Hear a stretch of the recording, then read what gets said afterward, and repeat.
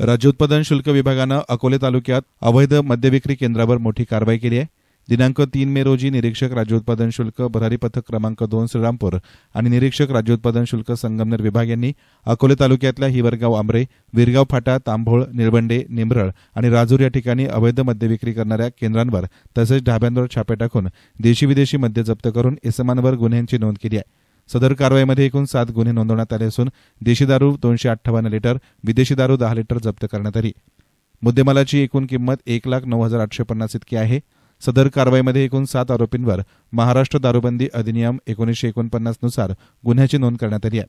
सदर भागामध्ये अवैध दारू व्यवसाय बंद व्हावेत यासाठी काही दिवसांपूर्वी महिला आक्रमक झाल्या होत्या. त्यानंतर सातत्यानं पोलीस विभाग आणि राज्य उत्पादन शुल्क विभाग यांच्यामार्फत कारवाया होत आहेत. तर अवैध हातभट्टी, गावठी दारू निर्मिती, वाहतूक, विक्री ठिकाणी आणि अवैध ढाबे यावर सातत्यानं कारवाई केली जाणार असल्याची माहिती राज्य उत्पादन शुल्क विभागानं दिली आहे. DS9 मीडियासाठी प्रतिनिधी युनुस इनामदार, श्रीरामपूर.